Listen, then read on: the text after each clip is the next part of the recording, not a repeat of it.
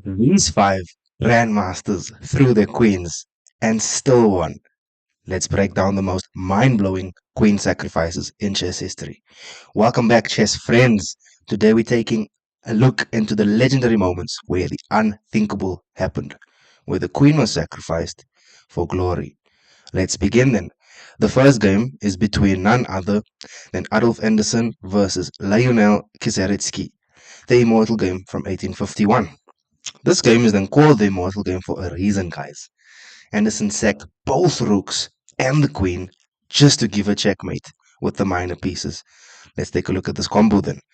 The game starts with 1 to e4, e5, and f4, signaling the king's gambit. White wants to go for an all-out attack. E takes f and bishop to c4. Queen to h4 with check then, and king to f1. This is quite thematic here in these setups with king to f1. King to f1. There are some lines where king to e2 is also fine, but risky, right? Let's go king to f1 and b5. b5, black then gives up a pawn to try get space. Knight f6, probably trying to get bishop b7 in, or bishop a6. Knight to f6 and knight to f3. This is very characteristic, guys, of the romantic era in chess. Pieces just flying over the board, very dynamic play, very open board play. As you can see, there's a lot of space for the pieces. So this is also known as an open type of position. The king's gambit signals that too, compared to your d4 and c4 stuff, which would be normally a closed type of position. Queen to h6 then by black, because the knight f3 threatens the queen, and d3 by white. d3 is also just opening up for the bishop to take and making more space. Before we continue, guys, most of these games are quite popular, that has been seen before, but I just want to highlight the importance of the queen sacrifices and also the themes behind why these sacrifices are so important at different aspects or parts of the game. So then as we continue, we get knight to h5 defending the pawn and knight to h4 considered slightly inaccurate. Better move here was perhaps rook to g1, but knight to h4 also causing some sort of confusion to plant the knight on f5 after queen to g5. And we get c6 and g4. Wild stuff, mistakes all over the board here. A lot is going on. Here after g4, the engine is saying you should play g6 just to attack the knight. So you hitting my knight, I'm going to hit your knight. We get knight to f6, the knight sliding back to its, well, not starting square, but second starting square after g8 where it moved to. We get rook to g1 now, and now we see c takes b, thinking that bishop is free. But how free is it really? h4. Now we can see that the queen suddenly doesn't have a lot of squares to run to, right?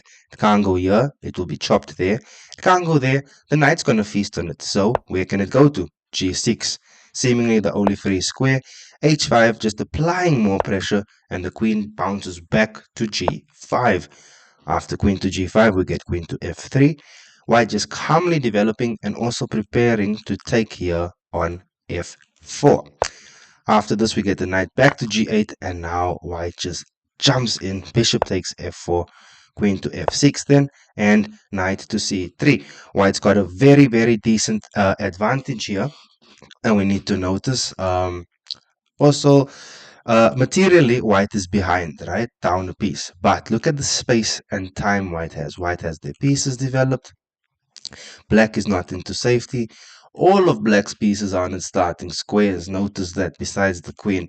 So this is kind of like a beat down here that white is giving black here. Bishop to c5. Black finally moves another piece off the starting square. But it's considered a mistake after knight to d5. Knight to d5 is hitting the queen, of course, and hitting on the c7 square. So after knight to d5, we get queen takes b2. Black just trying to capture another pawn, hopefully thinking they can get the rook there, as the rook kind of looks unguarded at the moment. We get bishop to d6, considered a huge mistake then, and let's understand why. Because queen takes a1, comes with check, and king to e2. Here, you should just play queen to b2 and end up taking the pawns and giving perpetual, because you have the bishop here on c5 stopping the king from running away. But instead, we get bishop takes on g1. And now, white gets to play some really cool moves. e5, a very mobilizing move. b5 also sets up an attack here, and making space, also protecting the bishop and stopping the queen like from running. Yeah. Anyway, the queen can't run on this diagonal now. Anyway, it can run to c, can't even run to c3. You would lose your queen there. So the queen's out of the game essentially. The bishop, well, it's not doing much. And look again here, black is just chilling there. Knight to a6 considered a blunder. And this is the moment, guys, where we start seeing the fireworks. I want you to notice something. White is down 13 points in material, guys. 13. Not 1, not 3, 1, 3. So their rooks are off the board. They are pawn down. They are piece behind. Everything is bad, right? But after knight to a6, the blundering move, look at the development here. We get knight takes g7 with check. The king can't go here to f8. Reason being, well, it's in check there. It can't go to d8. It can go to d8. It's the only square, right? It can't go to e7. It's in check, double check there. So d8 only move, and this is the stunner move. Queen to f6, check. Only move now to take is with the knight. The king can't move anywhere else, right? e8, the knight's there. c7, the bishop and the knight's there. So queen to f6. Total sacrifice is the lesson we learn here. Total sacrifice for a forced checkmate.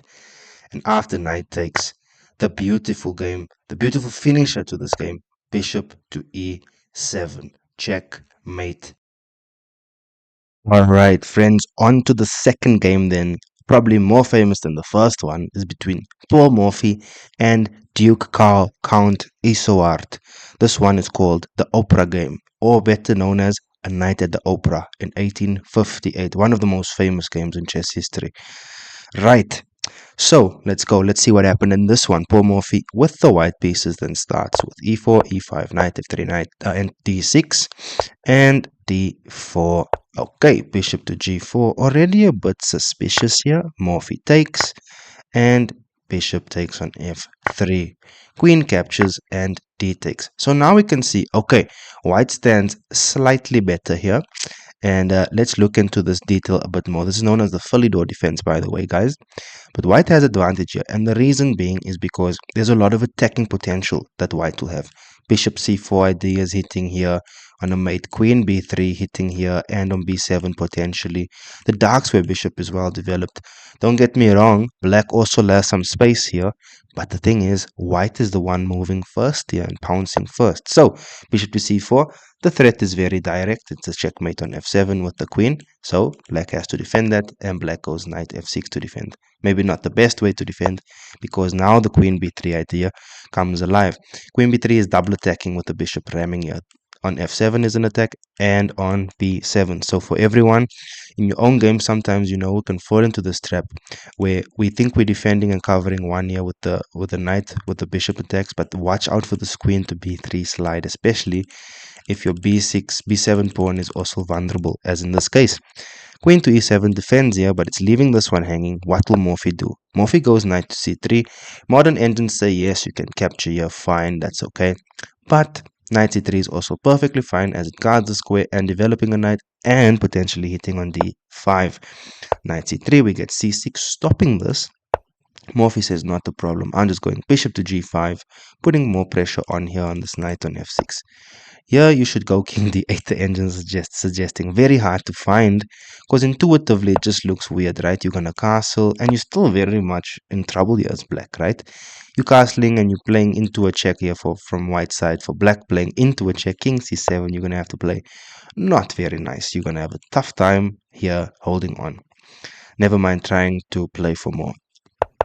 Okay, bishop g5 and b5 is the mistake here. And Morphy exploits the mistake with knight takes b5. Why is knight takes b5 so powerful, you might ask? Again, the same problem we saw in the first game. A lot of black's pieces on the starting squares. It's not developed. The queen is just chilling there on e7. Although, yes, it is close to the king, but it's not doing much. The knight as well, right? Okay, here black takes another mistake, because now we get bishop takes b5 with check. There's a couple of ways you can defend this. You can either put this knight here, you can put this knight there, though if you put the f knight there, you lose your queen, or you could move your king to d8. Black chooses to defend with knight b to d7.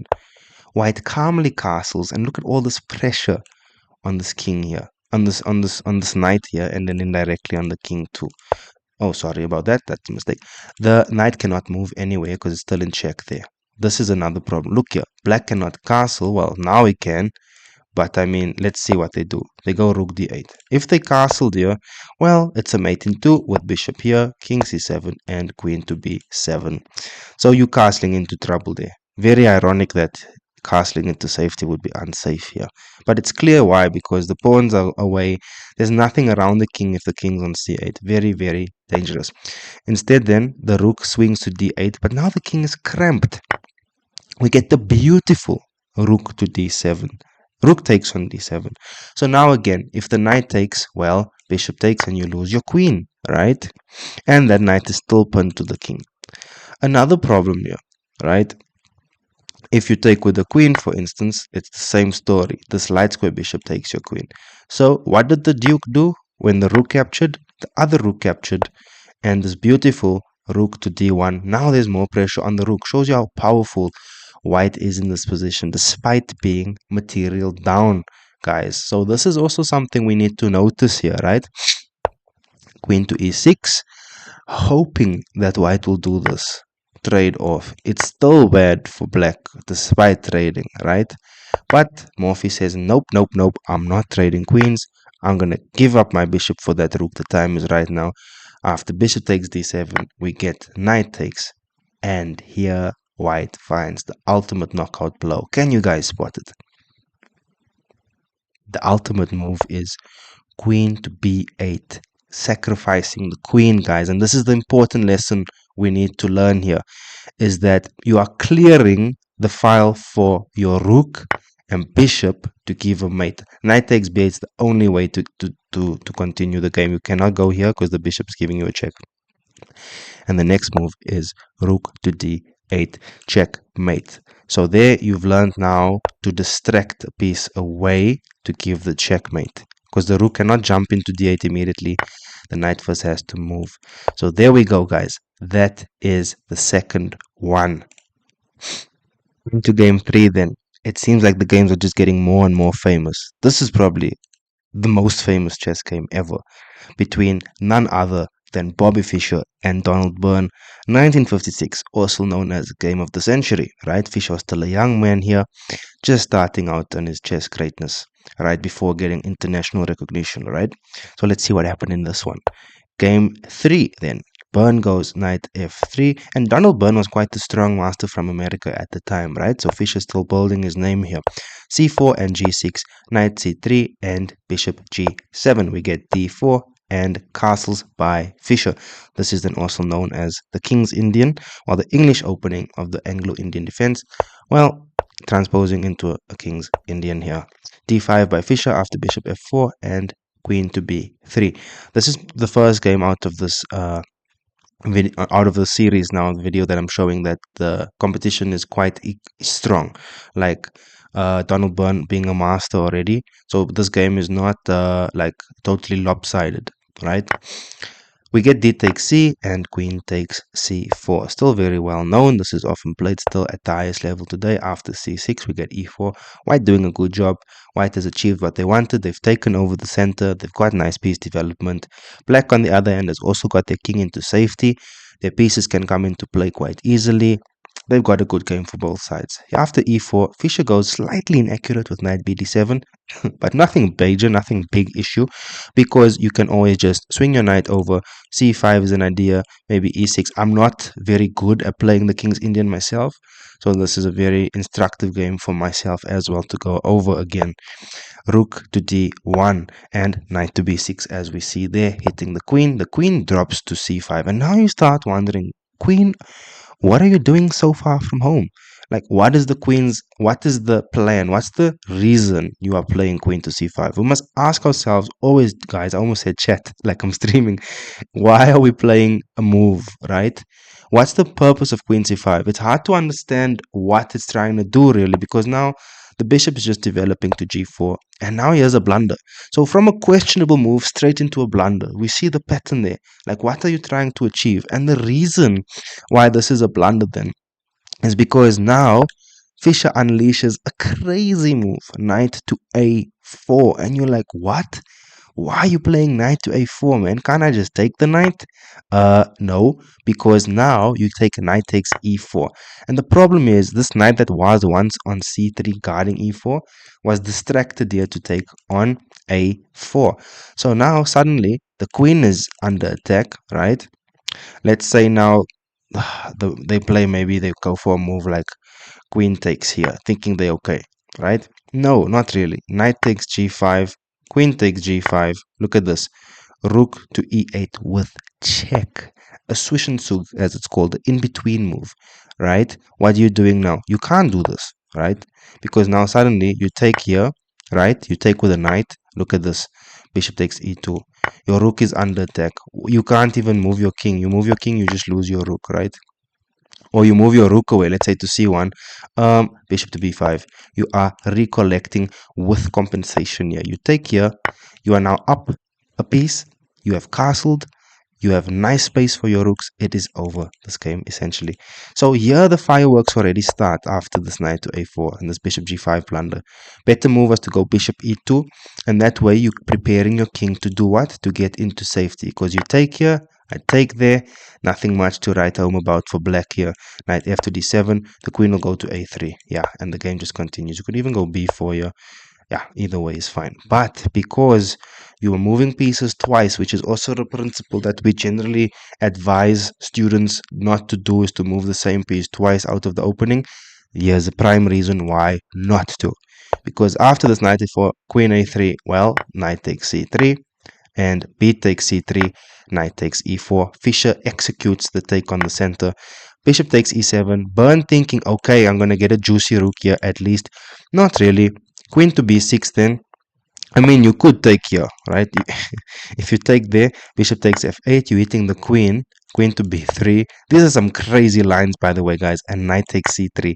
The queen cannot take here. If you do, bishop b4, your queen is pinned to your king. Game over. GG's. So one other thing we must notice, one thing we've seen so far from all these games up to this point, the king never got itself into safety. Very crucial, guys. Always remember to castle your king ASAP most of the time. Because even the Masters games are showing us now. Knight takes a3, bishop to c5, hitting Fischer's queen. But Fischer says, no problem. I am going for the rook e8 check. Another, what we call a Zwischenzug, in-between move. So here, after this rook to e8 check, the king goes to f1, and here Fischer starts showing us his greatness with bishop to e6, sacking his queen, right? And the lesson we're learning here is long-term compensation and development domination, right? Because Fischer's giving up his queen here. If Byrne says bishop takes queen, Fischer goes bishop takes c4, and look at this. You can't move your king to the e file because the rook is there. King, what are you doing out of your bounds? Go back. King to g1. We get knight to e2. And now Fischer's just going to discover check, burn into next week the whole time, picking up pieces with check. You can go back. Remember, it's not a repetition because, as you will see, as the analysis I prepared, there's a take, the pawn moved. So it's not an identical position 3 times. And then the king would go, queen would be under attack. He goes to b4, the queen, or she goes to b4. Knight to e2, check, king to f1, knight to g3, king to g1, knight to e2, king to f1, and the simple b5. And Fischer has totally paralyzed Byrne. So this is what I want you guys to realize. Long-term compensation, and you're getting that nice positional domination there. So, I mean, here, after this bishop c to e6, Byrne then decided to capture the bishop, but now Fischer simply gets the queen b5. Importantly, not queen a6, guys, because then you can just take here, and it is sad for black. There's no attack anymore. The queen is very important, so it's where you place the queen here is important. Queen to b5 then, and obviously if you go here, you just take, right? King to g1, knight to e2, and it's the same concept as earlier, but the difference is now you're going to smother him. Knight to g3, king to g1, queen to f1, and you cannot take with a king because look at that knight there. You have to go rook takes, and GG's. a masterclass by Robert James Fischer there. So, again, the lesson we need to take from this game, long-term compensation and development domination, guys. All right. Swiftly moving along to game 4. Now we are in the digital era, and this game was a queen sack by none other than the GOAT, Magnus Carlsen, which literally broke the internet against Sergei Karyakin in their rapid tie breaks in the 2016 World Championship match. Now, as I say, these are quite famous games, guys, so the lessons I'm trying to extract from them is to show you why certain themes are so important, right? Because you can always look at a game. It's kind of like reading a book. We can all read the same book, watch the same game, but we can pick up different lessons from it, right? This is known as the Sicilian defense or the Prince variation in the Sicilian defense. C4 by Carlsen, Karyakin goes A5, and the difference between this game and the other ones, this one is quite long. It's about 50 moves. A5, bishop E3, and A4. But no problem, we will run through it quickly. Knight to C1 by Carlsen. Very high level stuff here, guys. Very high level stuff. Castles and knight to C3. Queen to A5 and queen to D2. Knight to A6 and bishop to E2 by Carlsen. Karyakin is castled now. And knight to C5, Carlsen does the same. So, bishop to D7 by Karyakin and rook to B1. Rook to b1, we get rook f to c8 and b4. Carlsen threatening there with a pin, so you must unpassant, which Karyakin does. And a takes b. Carlsen again threatening this time here. We get queen to d8 and knight to d3. Carlsen challenging Karyakin's knight on the c5 square. Knight to e6 by Karyakin. Karyakin says no thank you. The Minister of Defense playing it defensive there. And, well, can I say Minister of Defense now? He hasn't played in a long time. Well, yeah. Okay, knight to b4 by Carlsen. He is trying to get a nice grip on d5 here, guys. Bishop to c6. Karyakin says, nope, I'm challenging you for that square. Carlsen says, not a problem. I am going to double stack there. I have my queen on d2 and now I have my rook on d1. What are you going to do? Karyakin says, not a problem. I will just play on the flank since you have now put too much pressure on me in the center. Carlsen says, okay, I think you might want to attack me down here. I'm going to take some precautions. Go bishop f1, maybe g3, bishop g2. Keep an eye on this diagonal here. The f1, h3, h4 by Karyakin. Carlsen says, okay, I see what you're about, man. I'm swinging my queen to f2, diverting the attention. Maybe you overextending here, Sergey. Maybe I can enter this way somehow, right? Knight to d7 then by black, and Carlsen goes for the cute g3. G3 has to be met by bishop g5. Now it's not that easy to find, but Karyakin says I'm going for full-blown fireworks here with rook to a3, considered slightly inaccurate, and it's really hard to understand the reasoning behind rook to a3. Is it maybe to double up? But then you also ask, why place the rook on a3? Why not maybe, well, okay, you can't really a7 because you lose there, a6 you lose there. You could maybe a5 maybe? I don't know. To maybe go rook a5 followed by this guy coming here. It's very tricky. But Karyakin goes for rook a3. Only he knows why. Maybe d5 to come put pressure here somehow. And bishop to h3. We get the rook to c8, double stacking. Rook c to a8. And the knight drops to c2. Carlsen attacking the knight. Karyakin goes to a6. I almost said c6, a6. What am I saying? Rook to a6. We get knight to b4. Carlsen really putting the pressure on now. That's why this idea was a bit weird, because you can't really run this rook back here now since the other one is there. Will that rook end up being lost? Rook to a5 then. Now it's really placed on a5. And knight to c2.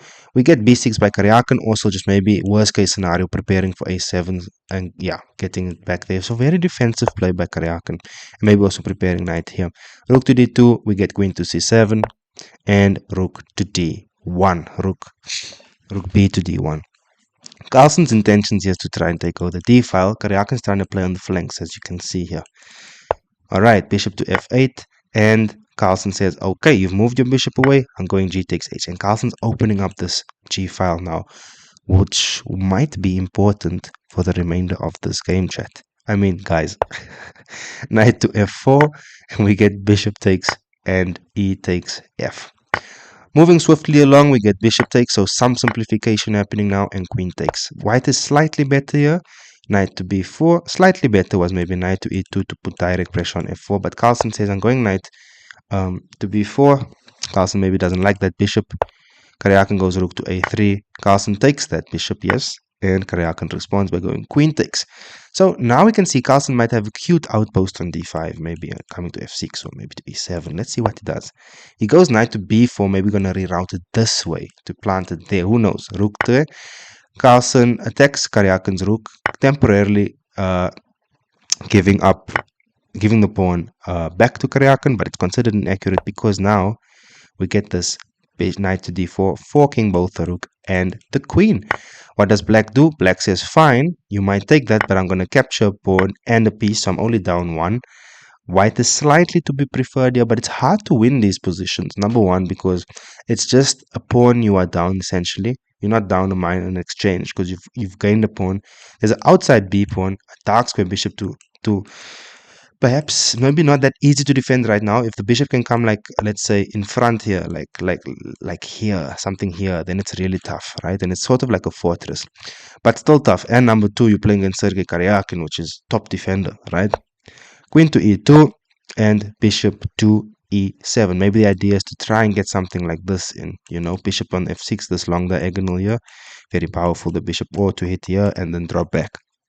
After bishop to e7, we get king to g2, and sorry about that, guys, queen to e6. Why you do not take here immediately? Well, you would lose your pawn here, and now suddenly everything looks a bit awkward for you, right? So queen to e6, guarding this pawn, preparing that.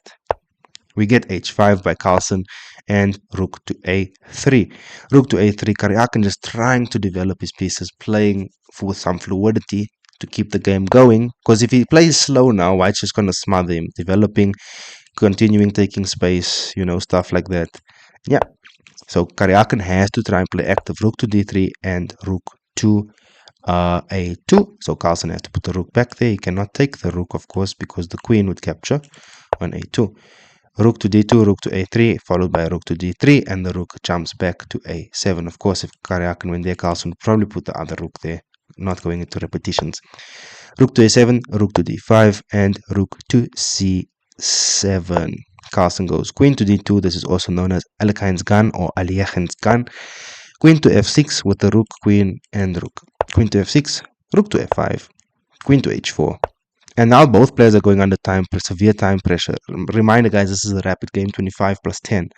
So here, unfortunately, I don't have the clock times to show you, but this was the moment where the pressure was really mounting on Karyakin. This is now move 47. Carlsen captures the pawn, and now Carlsen's up a minor piece straight. The exchange is up for Carlsen. So we get rook to a2. Karyakin putting it all on the line, thinking he might have a mate, but Carlsen neatly tucks the queen away to h1. Importantly, guys, if king to g1, you are lost, because this comes with check on f2 now. You go here, queen to g2, it's over, GG's, right? So, importantly, Carlsen plays correctly by putting the king on h1. So the lesson here, guys, after this, Karyakin still went for queen to f2, hoping for this mate here, not realizing that Carlsen has a knockout blow. Rook to c8, it's a mate in 8 now. King to h7, and Carlsen finds the beautiful knockout blow, queen to h6. And queen to h6 is a queen sacrifice. So what we learn from this game is mating net and the elegant finish under time pressure.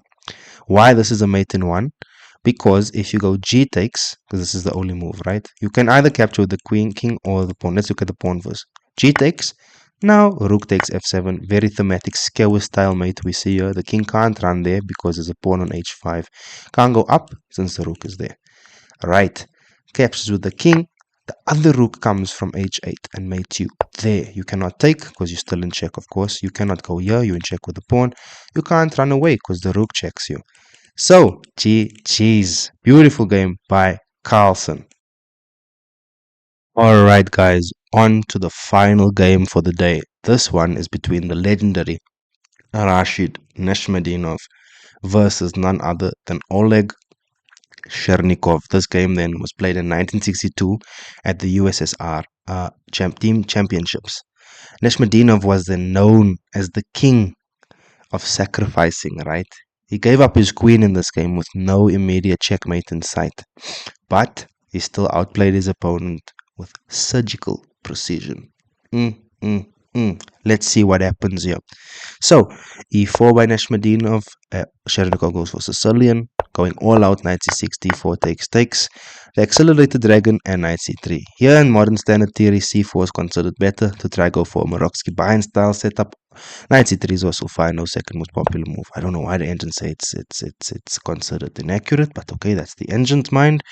We keep it cool here as human beings. Bishop g7 and bishop to e3, knight to f6 and bishop c4, also like known as a Solzen, like Fischer Solzen. Bishop here, knight there, but there's also d6, e6 stuff in the Solzen.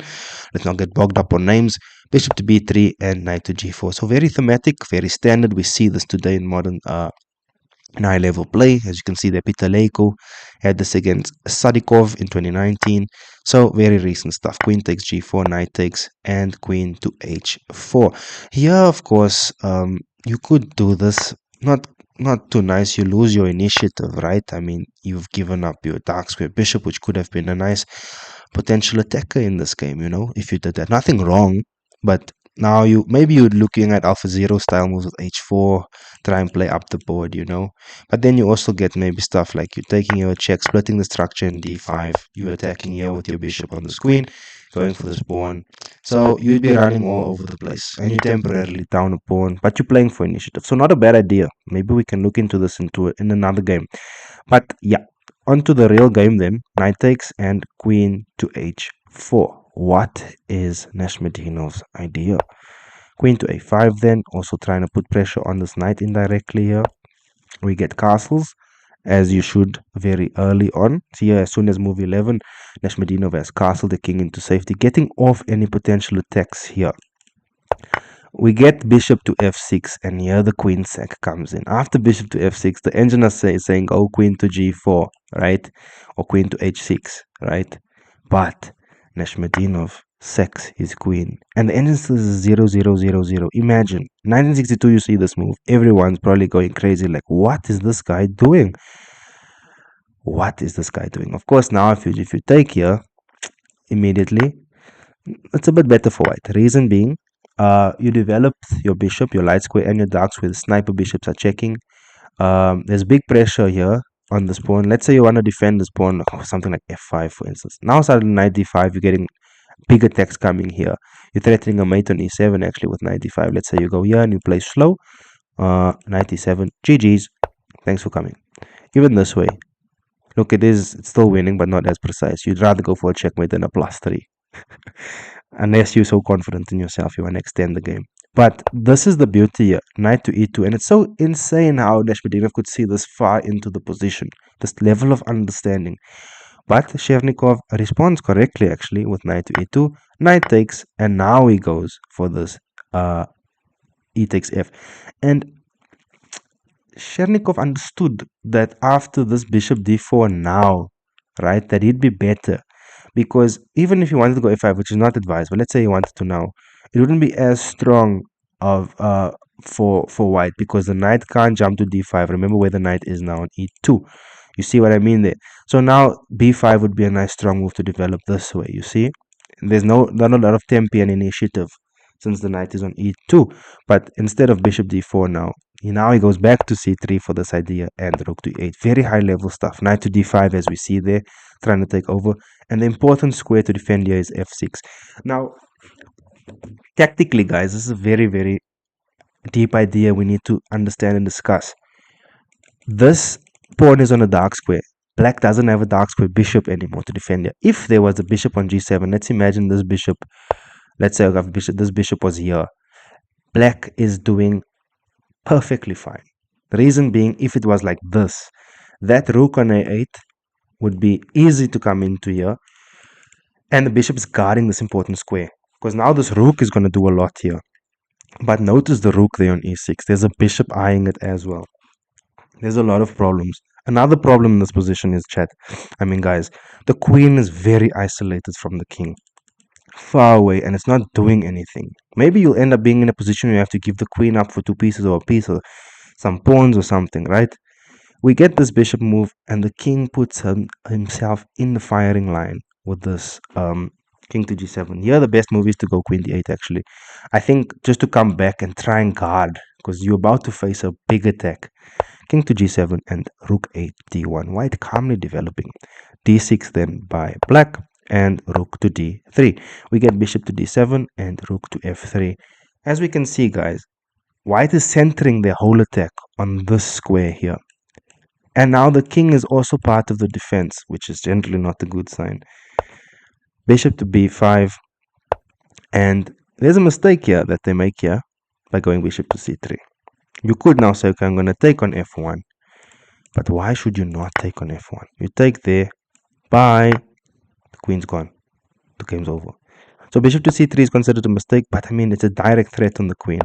And it's going to force errors. Queen to d8, knight takes on f6. And now again, guys, you cannot take here because you're in discovery. Knight to g4. Look at that beautiful move. Look at these sniper bishops here. This bishop is discovering on the king here. So the king can only go either to g8 or f8, right? Let's say he goes to g8. Let's look at g8 first. Bishop takes e6. F takes e6, for instance. Knight h6. Checkmate. Let's just play it out. Look at that rook taking over, open the file. You can't go there, you're in check. You can't go to g7, obviously, you're still in check. Beautiful, beautiful, beautiful stuff. Perfect play. You go to f8, for instance. Bishop takes. Again, you can't even take. Because why? The rook is there. So now suddenly, yes, you're still up material. But again, what are you really doing here? Right? Did black even castle in this game? I don't think so. Oh, they did. They did, but the queen was isolated. Now, this is another problem. Queen isolation generally is a bad thing. And this is what we're seeing in this game. So, let's go back then. Why you should not take on f1 after knight takes f6. But he goes bishop to e2. Still not good because now knight h7. Of course, now let's say you went knight g4 here. It's not as good because now king f8.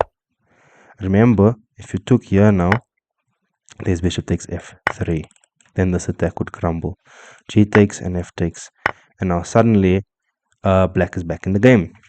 So this is maybe the tricky trick that Chernikov tried to have in store, but he did not see that you can go knight h7 with check. Because why now? If you take here, rook takes f7. The king has been distracted from the defense of f7.